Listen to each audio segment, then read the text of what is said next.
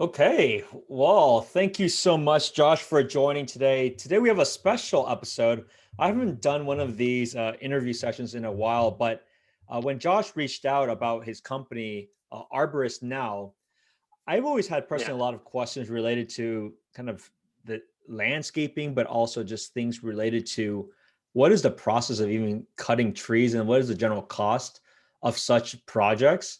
And so when Josh reached out, I was like, this is a perfect time, I think, for a lot of people to get to have a sense about the process itself. So, Josh, welcome to the show and thank you for joining me. No problem. It's great to be here. Thanks for having me, Spencer. Okay, so tell me a little bit for the people that know this is, I mean, this is particularly for the Bay Area. So if you're tuning in from other parts, it may not be as relevant from a cost and procedural perspective. But Josh, why don't you share a little bit of the history of the company and where is your Sure. coverage? And then we can start going into questions. Yeah. So our history, we were originally started in San Francisco. Our owner is actually from Switzerland. He immigrated here when he was 18 years old, and he didn't really have a plan. He wasn't sure what he wanted, but he knew he wanted to come to San Francisco.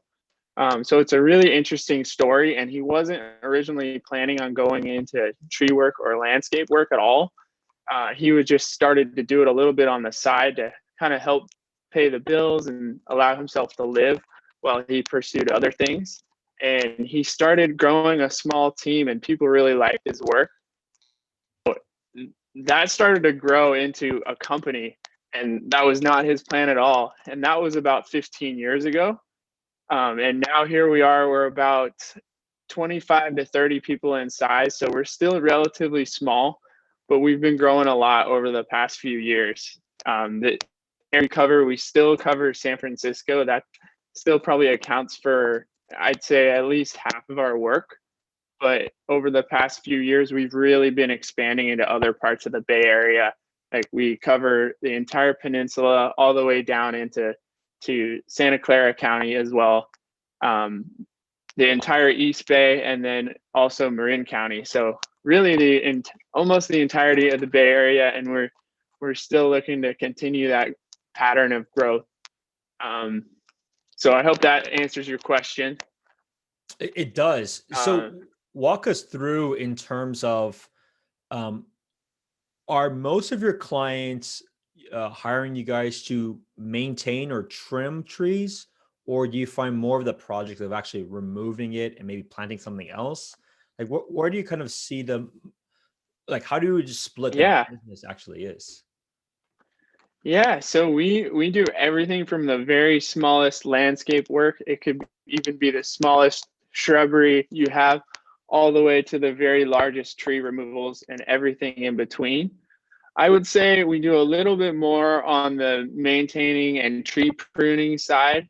We really like to focus on safety, because one big aspect with trees is if they're neglected, they can become a problem and can become a safety hazard or a liability to people or even property damage. So that is something we really focus on is tree pruning, but we also do the big removals as well.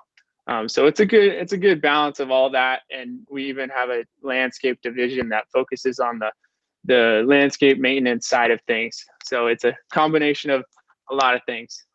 And so walk us through, I love to ask different questions for this. So on the tree pruning side of things, how Yeah, often do people need to have you come out? Is this a yearly thing? Is this every quarter? And how do you kind of price it? Like, what is the general cost one can assume? And if you want to give a specific example of the type of tree, like size of tree, that would be just helpful too. sure, sure. So I'm sure, as you could imagine, the range can be quite large. On the smaller side, a tree pruning, if we're pruning a fairly small tree, it can go as low as a few $100s, all the way up to big tree removals, or even large trees to prune and maintain, that can cost multiple thousands of dollars. So it can be a really wide range, but I would say an average project size and for a residential property, I would say would probably be around a $1,000 to $2,000 or so, and it really does depend on what type of work you're doing. Um, but to give you an example, like a really common tree here in the Bay Area that we have in residential areas is a Japanese maple tree. Hmm. They have really nice fall color. They typically get about 20 feet tall or so at maturity. So I would say a tree like that would range anywhere from, say, $300 to it could be even up to close to 1,000 if it's a really big tree that needs a lot of work. So there's a lot of different factors that affect it, even where it's located on the property. If it's all the way in the far back corner and it's a really long way to haul the debris, that's going to really add to the cost. Whereas if you're working on a tree that's right near the street, it's going to go a lot faster because we don't have to take the extra time to haul the debris out to the street. So yeah, it's a really wide range, and I would recommend having your trees looked at on a yearly basis by an arborist, especially if they're large trees, just to make sure you're staying safe. And then we can make the call how often they need to be pruned. Some can go multiple years in between prunings, and some should be pruned once a year, or even sometimes more than that. So it really just depends. What are some mistakes that you see homeowners do, not just of not pruning every couple of years or whatever it may be? Like I see people kind of can choose, obviously, like anyone can do things themselves, right? They just go get Right. some cutter and just cut that whole thing Yeah, off, right?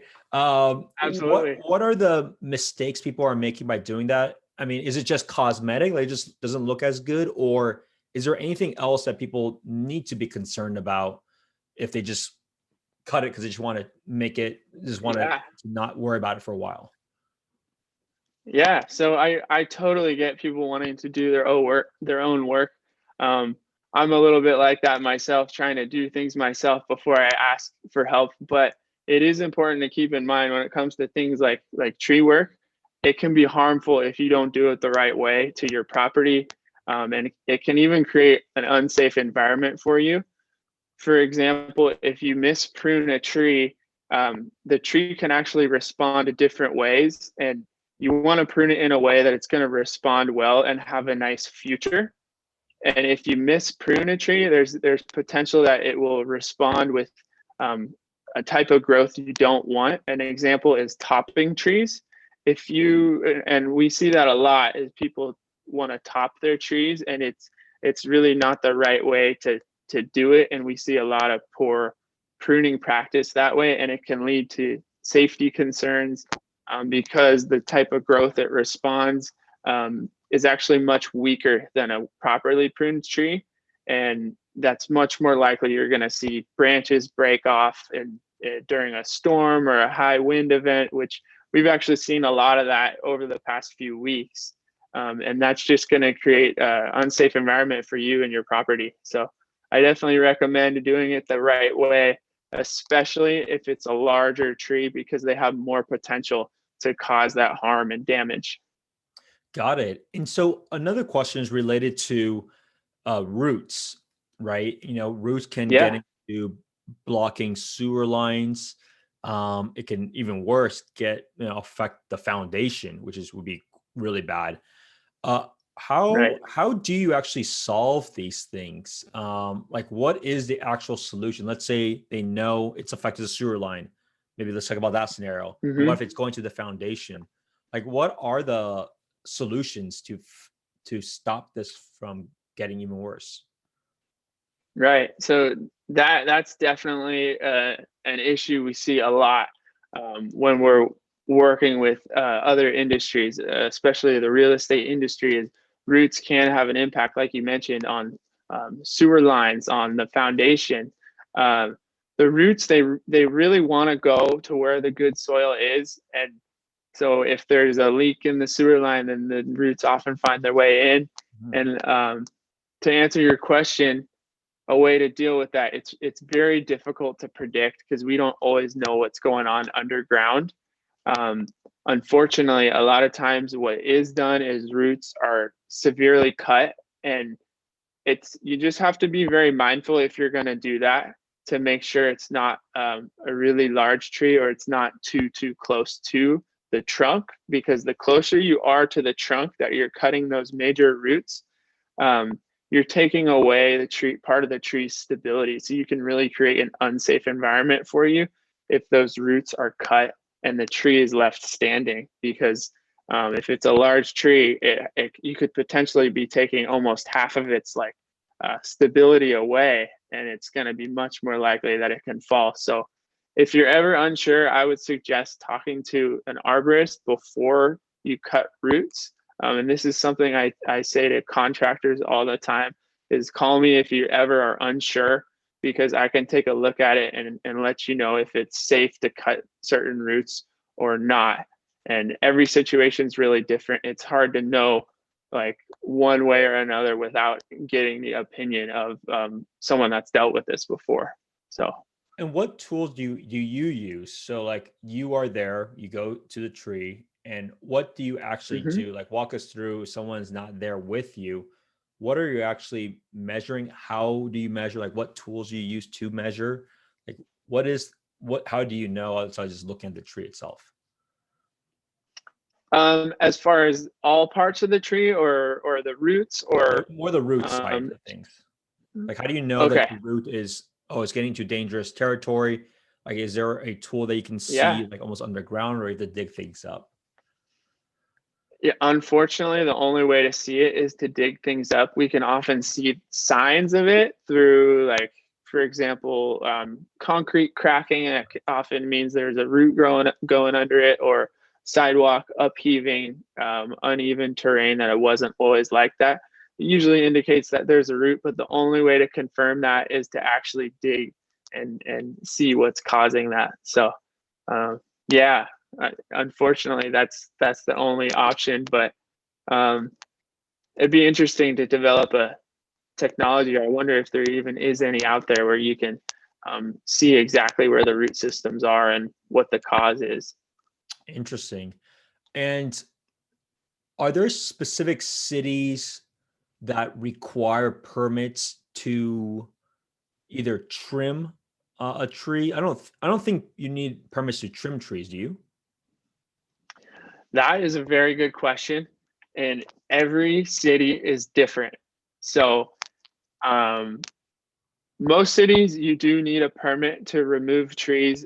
Right. Every city needs a permit that I've worked with to remove a tree. If it's a street or sidewalk tree, you absolutely need one. But not all cities, you need a permit to remove a tree in your backyard, for example. Like San Francisco, uh, most of the time you're not going to need a tree removal permit, is what they're called, in order to remove a tree in your backyard.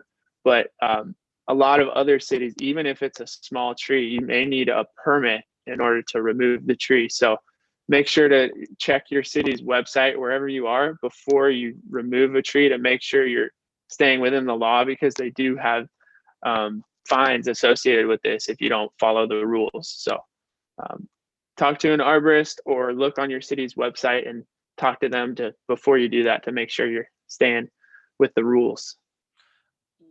For those that are trying to like remove a tree themselves, because I've seen just some is just a stump, right? Yeah. Does that actually work? I mean, obviously it looks terrible, but like, does that, I mean, eventually it'll Mm-hmm. grow back to what it was. Is that true or not true? Well, it depends on the species of tree. Some species, once you remove them down to a stump, they'll just die, and over time they'll very, very slowly break down.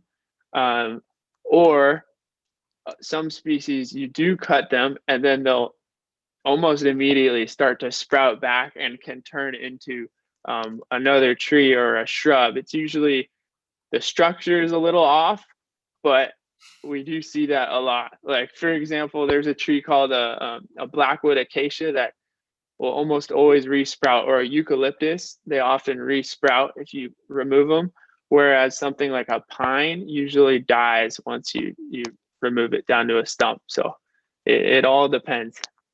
Interesting. And what is a general Yeah. cost? It was like a 20-foot tree and someone wanted to remove it. One, like, what Mhm. is the cost of that from what you've seen, just an average? And how long does it actually take like on your end, maybe permits take its own time. Yeah, If you were to do it, how long would someone can right. anticipate? Well, it's tough. There's a lot of different factors that go into it. So I'd say on the lower end, it's going to be under $1,000. But on the higher end for a 20-foot tree, it could potentially even get up to a couple grand, but it probably would be less than that. 20 feet is not too big of a tree. It's more in the small to medium size. Um, so I would say there's a good chance it'll be under or around $1,000 or so. But again, it really depends where on the property it is, how wide it is, and yeah. So a lot of different factors, but I'd say that's a good estimate. What tools are you guys using? So let's say it's in the backyard, but it's like the fences are Yeah. not easily accessible. Like, what tools are you actually using? It's not any machinery, right? Or is it? Is it? Well, so if it's in the backyard and we don't have good access to the tree, then we usually have to climb the tree unless there's a lot of room in the area to where we can just make one cut from the base and drop or fell the tree and then cut it up once it's on the ground. But we oftentimes, working in urban or suburban areas, we don't have a good, it's called a drop zone. Right. And we have to piece by piece remove the tree. So we actually have to climb up it. It's kind of similar to rock climbing. Right. We have a climbing harness and we tie into strong portions of the tree with rope.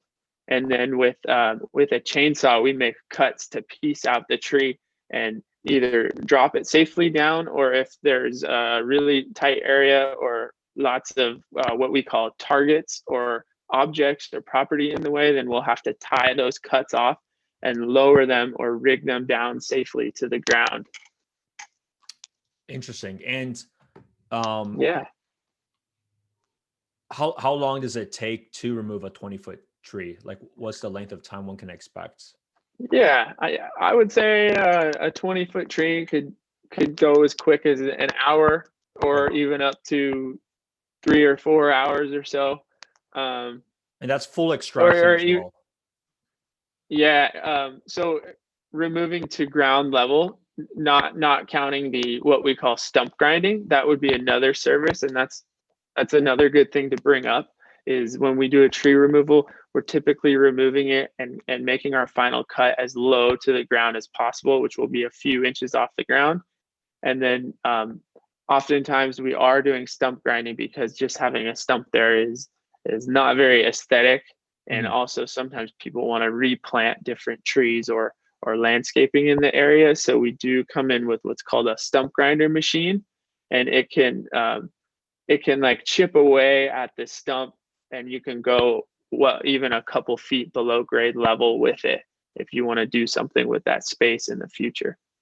Oh, wow. Okay. And are there specific cities that are the most friendly for this kind of work? And are there some that are really protective of all trees in a sense? Um, or is this just specific types of trees like redwood or something that you can't even touch? Yeah, that's another really good question, and it really goes by every city is different. Um, a lot of cities are very species dependent, where you need a tree removal permit for a specific list of species, and you may not need that for other species. So that's another good question. If you're not sure what species your tree is, ask an arborist. They should be able to tell you what that tree is, and that could be dependent on if you're going to need a tree removal permit or not. Um, but really, every city is different. Some are more lenient, some are more strict on it than others. But um, overall, I think it is a good thing that there are tree removal permit systems in place, just so people aren't removing as many like trees as possible all the time and doing things the right way, because trees do have a lot of benefits for us as well. Hmm. And then my last question as we close off, what is the largest tree that you guys have ever cut or removed? Like, tell me about that. And where was it? What city was this in? If you know. Yeah. Well, that's a good question. We're actually we're going to be removing some eucalyptus trees in Belmont coming up in a couple of weeks. We're starting, and these trees are huge. They're about, I would say, 150 feet tall or so. So those are some of the bigger trees that we've removed. We've removed a lot of large trees. We've done a lot of big redwood tree removals in San Francisco. We actually just did a really big pine tree removal in one of the parks in San Francisco a few weeks ago called in a Coolbrith Park. It's up in like the Russian Hill area, has a super good view. We had a really good picture of a couple of our climbers up at the top of the tree, and you could see the entire like Bay Bridge in the background. So we've removed a lot of really large trees, but I would say these eucalyptus removals coming up will likely be the tallest ones we've removed. And may I ask, like, why they're being removed?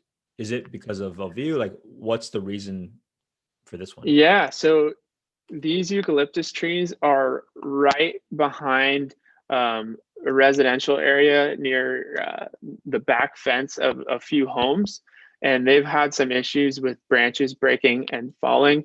And you can imagine a tree branch, even if it's only a few inches in diameter, if it falls from that high up, it has the potential to cause a lot of damage. So the city was able to issue those permits for the tree removal, and really it was on the safety side. That's why they're being removed, because such large trees right near a residential area that has had a history of branch failure or branches breaking. So that was the main motivation for getting these removed.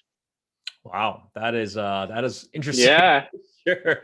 Well, I learned a ton Yeah. about trees more than I've ever done before, have ever learned before. So I really appreciate you being on this show, and I think a lot of listeners have some much better insights as well. What are the best ways for people to get a hold of you, whether it's for their work? And it's good actually that you covered the kind of an entire Bay Area. That way, Yeah. it's not like sectioned off by geography. But what would you say is the best way for people to get in touch with you in case they have any work themselves, or if there's anyone else that has any work needed? Sure. Yeah. They can either go to our company website, which is just arboristnow.com, or you can reach out to me directly. I can provide my cell phone number, which is 415-840-4107. You can text me, you can call me, I'll respond and get back to you. Or even you can email me at josh@arboristnow.com. Any of those ways will work to get a hold of us, and we'd be happy to help. That's awesome. Well, Josh, thank you so much for your time. It's great to hear all the work that you guys are doing. It's something kind of mysterious on my world and from a Yeah. real estate perspective, but I always get questions like, how much does it cost to remove? Like, what are the ways to solve this? I'm like, Yeah. yes, but I'm not really sure. And Yeah. hopefully people will learn from this and have at Yeah. least a better idea. Okay. I actually have one more thing I'd like to add that I didn't mention in earlier Cool. is when we are removing trees, we often, if we have good access, we save the wood Oh, yeah. and turn it into wood products. So we really try to, when we do have to remove the tree, not let it go to waste and repurpose that material. So we have a wood milling division in the company. It's called Arbor Upcycle. So if anyone it doesn't want to remove a tree because they don't want to kill it, which we see oftentimes, um, it's another way to repurpose the wood so it's not going to waste. So if anyone has any questions about that or interest, feel free to reach out to us about that as well. No, that's awesome. It's good that it doesn't just get, shredded and destroyed. Like, Yeah. use it for other things, because I'm sure there a lot of them are really good solid pieces of wood, right? I mean, these are Yeah, huge pieces of exactly. trees. Definitely. Yeah, we have some really good species of wood and very diverse here in the Bay Area. Right. So it's we definitely take advantage of that and try to repurpose it as much as we can. That's awesome. Well, thank you so much for sharing that. And thank you guys for tuning in. Hope you enjoyed this episode. Haven't done this style in a while. And I'll see you at the next one. Thanks again, Josh. All right. Thank you, Spencer. Take care. Thanks.